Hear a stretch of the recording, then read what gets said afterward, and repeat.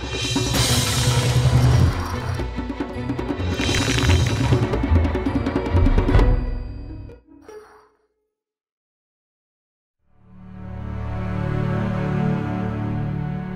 name is Shannon Loftis, and I'm the General Manager for Xbox Entertainment Studios at Microsoft. Entertainment is a fundamental human need, and storytelling has always been sort of at the core of entertainment. The best stories are the ones that you can relate to, that become yours. You want to explore the world, you want to talk to the characters, you want to be the characters, you want to see what happens. A video game is an incredible medium for telling a story. The engagement can be so deep. The importance of story has increased so drastically in video games. Getting that out to more people would be great. Obviously, Microsoft has and Xbox has a long, great history with video games. We thought we would bring that entertainment sensibility and the engagement and create television and see what we can do using all of the capabilities that we have. There's amazing, amazing content on TV, and it breaks new ground all the time. You know, I think TV is darn near perfect. That doesn't mean that we can't invent a new medium that takes advantage of TV plus new technology. Right now, you're kind of limited in the number of ways that you can engage with the story that you're watching on TV, and it still doesn't put me in the story some ways that I really would like to be. Every advancement in interface has really been a step in the direction of using normal human behavior. In recent years, we've just taken these huge, giant leaps with motion capture devices. So I'm very excited to show you the Kinect for Xbox One, which is the spiritual successor to the Kinect that everybody knows and loves. It's actually far more accurate than the original Kinect, and I think just more exciting. It gives creators more tools to play with. It was really when we started designing experiences around whole body motion that we realized the potential for this device to create a new kind of gaming. So television's got this amazing approachability, ease of use. Video games have incredible engagement. What if you could combine those two and have approachable immersion, create a whole new art form? We have high enough resolution now with the Kinect that I think you could believably insert me into any story as well.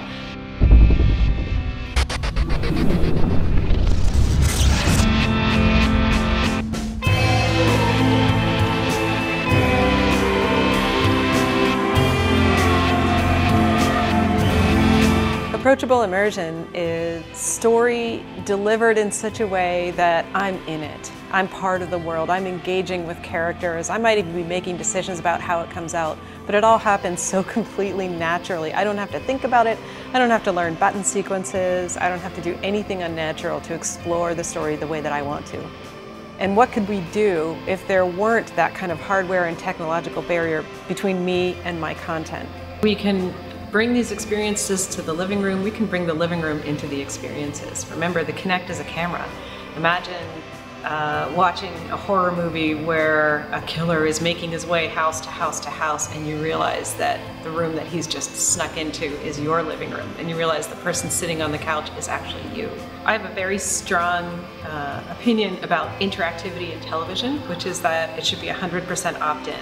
The ideal is that we create kind of an analog slider of interactivity, and we will be creating shows that allow me either to just sit back and watch, but when I lean forward, maybe the show takes note and actually starts offering me subtly opportunities to engage with characters. Maybe characters just notice that I'm there and look at me occasionally during the course of a conversation, all the way up to and including somebody might turn to me and address me and ask me for my opinion. What do you think? Is this guy guilty or is he innocent? Now we have so much more fidelity. We can gauge your heartbeat. We can tell whether or not you're excited by what you're seeing or it's making you feel calm. And you know, as a storyteller, that's kind of a powerful tool. I could elevate the music and sort of subconsciously contribute to the level of tension, knowing that the person on the couch is completely engaged.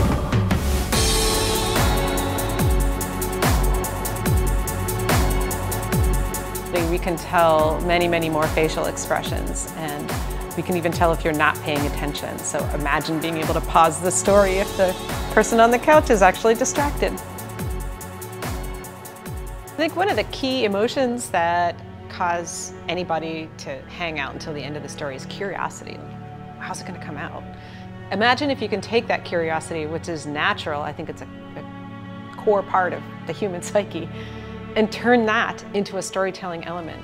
Create these contexts that encourage the person in the room to use his or her natural curiosity to kind of figure out what comes next. I recently played a game called Gone Home by the Fulbright Company, and I think directionally it's an incredible representation of what we could do.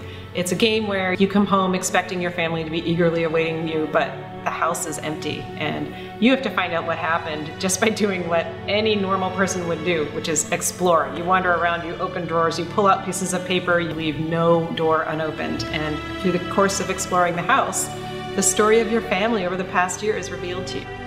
The storyteller who's willing to take the risk of not knowing with 100% certainty exactly where the consumer of the story is going to take that story, that's a game changer.